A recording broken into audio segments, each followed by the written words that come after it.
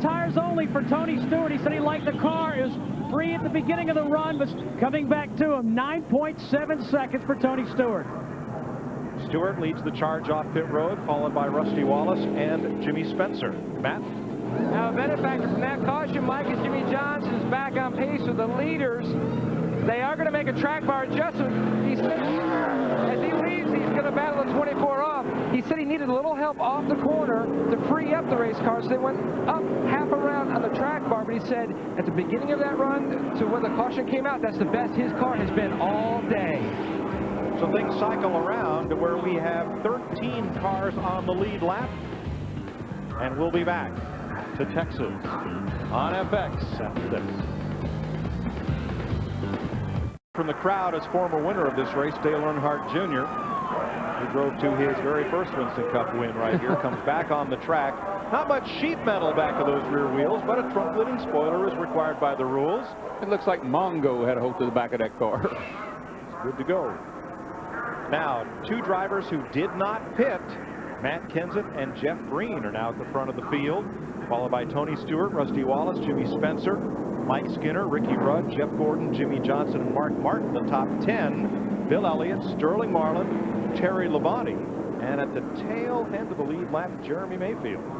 You know, Jeff Green worked on his car, Larry, hooked up that rear bar. Tony Stewart worked on his car, took out the spring rubber, and those guys are sitting right there second and third right now. And I think the biggest thing helped Jeff Green was staying out a while ago, catching that caution, got that track position. Perfect timing. Kenseth from last to first. Can anybody go the distance, Larry? I don't think so. What'd you say? 77 laps to go. Never say never, though. Right. Oh, Mayfield gets hit by Bobby Labonte. Oh, and it messed up Labonte's front end. His tires have got a smoking right front, looks like. Yeah, he'll have to come to pit road. It's going to bottleneck that whole inside line. Mayfield may have missed a shift, or it might have been just where Labonte had the momentum going and Mayfield didn't. Stewart quickly moves up to second place behind Kenseth. Steve Burns. Mike with Greg Zipadelli. Greg, tell us about your decision to put on 2 tires instead of 4. Well, the car's been a little loose on stickers at the get-go, so we figured with this stuff, put some stickers on the right side. We'll see if that's not a good thing for us. We've got pretty good track position. I don't think with 7 laps it was going to make that big a deal. Kind of just looking for the end of the race if it comes down to something. We never had too good luck with right side tires, and figured we'd try it right now. Let's go to Matt Yoakum. Well, Steve, Chad Knaus's car driven by Jimmy Johnson. You got the caution that you needed now. After those adjustments, can your man put it to the front? He can do it. If we would quit having trouble in the pits, I'll tell you what, I think we'd already had a race won this year. But we've had some unlucky pit stops and troubles there. Seems like every time we pit under green, the caution comes out. If we can ever get all this squared away, we're going to be just fine. The car's really fast. Jimmy's doing a great job. You know, there's a long ways to go. I think we might be able to get up there and have some fun. How is your car in traffic? It's like everybody else's. It's tight, you know, but there's not a lot you can do about it. These speeds, when you get behind somebody, you just lose the front downforce. You're going to have that. He restarted in the 9th position. There's a bit of smoke from Kenny Schrader's car. I see a lot of cars getting out of shape. Just a little bit here and there. Sterling got out of shape off of 2. Saw the 48 car wiggle off of turn 4 down here. I'm not so sure there's not a little fluid on the track. Ooh, Jimmy Johnson pretty loose there. Right down in the middle of the corner. Now, what happened between Bobby and Labonte and Jeremy Mayfield on the start? I think what Jeremy Mayfield trying to get that lap back, he realized he was fixing to jump the leader, Matt Kenseth, backed off. Bobby Labonte didn't, got in the back of Jeremy Mayfield. Schrader makes a pit stop under green. 72 laps to go. And the intensity is picking up. But you know, I heard Greg Zipadelli talk about changing 2 tires, and again, that's a smart move. If your car's been loose, automatically just putting 2 fresh tires on the right side with older left side, it will automatically tighten the race car up, normal conditions. Don't you put 2 tires on my car with 80 laps to go. But you didn't have that many on them. I don't care. I don't want. I want 4. Ain't leaving like you give them to. That's right. Second place, Jeff Green took it right back to Tony Stewart and repassed Stewart for second. Don't put 2 tires on my car with 80 laps to go. I don't care how free it makes or loose or whatever. Jeff Green has impressed the heck out of me. Making that, that's a gutsy call. It's a big, big change to go back there and hook that rear sway bar up. Car looks good right now, right around the bottom. And you know, knowing what the rear sway bar does, it'll free the car up off the corner. This place has a history of tightening up off the corner. It was a really smart thing to do.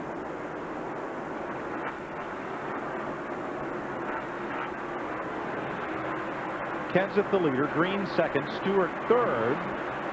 And don't count out Mr. Fourth place here, Jimmy Spencer. Spence has been kind of hanging around there all day, you know, and he's been in and out of the pits a lot, topping that thing up with fuel. He must not be getting real good fuel mileage, but this late in the race, you know, he got to stop again anyway. He can do that and make it to the end just fine. You know, we hadn't seen really any of the Dodges getting that great of fuel mileage. I think it's all that gear they're pulling. They're turning those things 88, 8900 for 500 miles. You're going to burn a lot of fuel. Dale Earnhardt Jr. and 8 car coming back to pit road.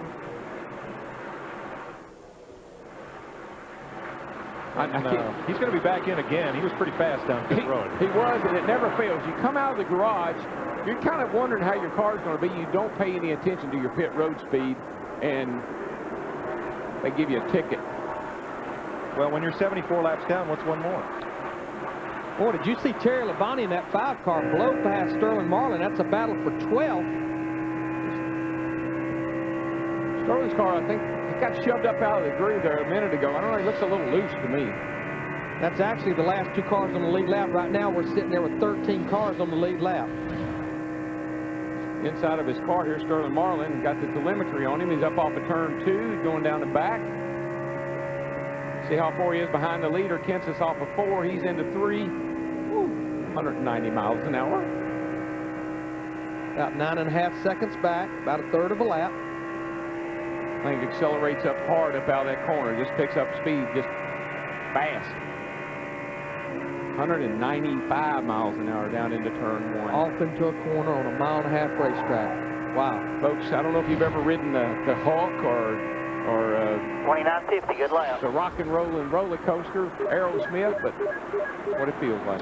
Well, the 2 fellows out front, Matt Kenseth and Jeff Green, may have a little advantage because they both raced here Saturday. They've got the most laps of the weekend on this racetrack. It's only Green's first Winston Cup race here, but he finished 5th on Saturday.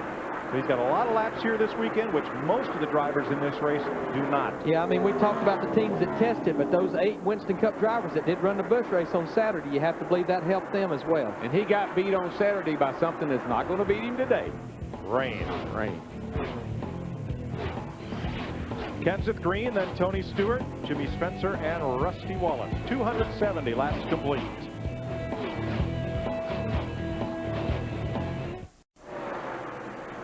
Welcome back to Texas. 275 laps complete.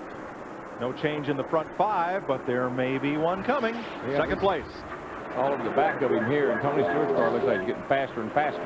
You know, Tony been fighting and couldn't get that thing to turn. He let that left front fender breathe out there, got that front downforce on that left corner, able to turn it down off the corner. Now they are 3 seconds behind race leader Matt Kenseth, the Rockingham winner, and number 2 point man. Dick? Yeah, but how's this for long odds? Matt Kenseth lost an engine here in one of the early practice sessions. Had to start the race today absolutely dead last in the field. This is only his 3rd Winston Cup race here. Starting all the way in the back. He's got probably the worst possible pit stall all the way at the back. He didn't test. His crew chief was Robbie Reiser. You guys are leading. Now what? How will you run the rest of the race? Well, we've come a long way today from 43rd. We've had to try a few different things to get him up there, but you know, I probably deal to the end here we're gonna be about 20 laps short, so maybe take some right side tires, maybe take some fuel. I don't know, we'll see. Make it up as they go along. They're real good at that. Mike? Well, when they won at Rockingham, they started 25th. In fact, Matt Kenseth has had 4 starts out of the top 20 this year, but he's second in points. Consistent, though. Very consistent. Now, Larry, you know, I always talk about encouraging the driver, keeping him pumped up, and I like a crew chief and a driver that have great relationship. But listen to this. This was during the caution flag. I think with a lot of these guys, Rusty, because they pitted under this last caution, which gave them 30 laps on us. Everything's going to be just fine, okay? All right, 10-4. So really right now, we're running in 3rd place with a full tank of fuel. 10-4, that's right. All right. Good job. Thank you. Now, boys, I've driven for a lot of guys, and that's really being really kind to each other right there. I don't think a driver ever told me thank you for nothing. You can tell Wilbur's a new, he's a new crew chief this year, and he's really trying to make the most of it. Rusty right now is in 5th, right behind Jimmy Spencer. So that was a good job, and he was right.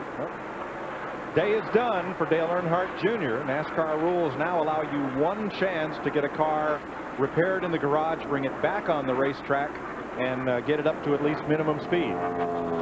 Matt Kenseth's teammate Jeff Burton in the 99 car, he's back out on the racetrack 31 laps down, just trying to make all the laps he can. Engine is what has put Earnhardt in the garage for the rest of the day. Well, you have to believe as hard as he went up the racetrack, it what we call spun the motor backwards, and that's pretty hard on an engine. Yeah, and the other thing it'll do is it'll run the drive shaft up in the back of the transmission, and it can really knock the bearings out of the engine. Jeff Burton came briefly out of the garage and is headed back there. He's done for the day. Look at Gordon and Jimmy Johnson. Gordon was saying, I'm a little faster than you are there, bud. How about getting out of my way? It's a battle for 6th. Jeff Gordon takes a position. Well, we talked about owner drivers, Brett Bodine and Kyle Petty. Jeff Gordon is the 50% owner of Jimmy Johnson's car. Proud owner, I might add. Boss, you go right on by. This time. Next time, your mileage may be different. 283 laps complete in Texas.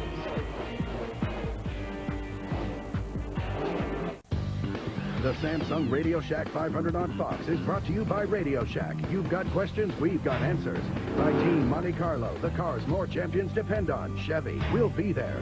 By Subway, fresh-made sandwiches on fresh baked bread. Subway, eat fresh. And by Coca-Cola, official soft drink of NASCAR. Rockingham winner Matt Kenseth is your leader. Tony Stewart, Jeff Green, and the best battle on the racetrack is right here. Rusty Wallace and Jeff Gordon for 5th. Dick Bergman. Well, Rusty Wallace kind of stuck his neck out. He had hoped the set of tires he put on the car in that last caution flag was going to go the distance. The tires are not to his liking. The car is very loose. As a result, Wallace right now is almost 8 seconds behind the leader. To Steve Burns. Well, Dick, Tony Stewart may have a tire rubbing. We're listening to him right now, and he says he can see tire smoke. He may have one rubbing. Could be a bad break for Tony Stewart. I don't think he hit anything. No, I don't see anything either. A lot of times you pick up a piece of rubber to get up in the engine compartment on the header, make you think you got a tire rubbing. You know, Darrell, you talked to a driver the other day, and it's almost 2:30 here in Texas.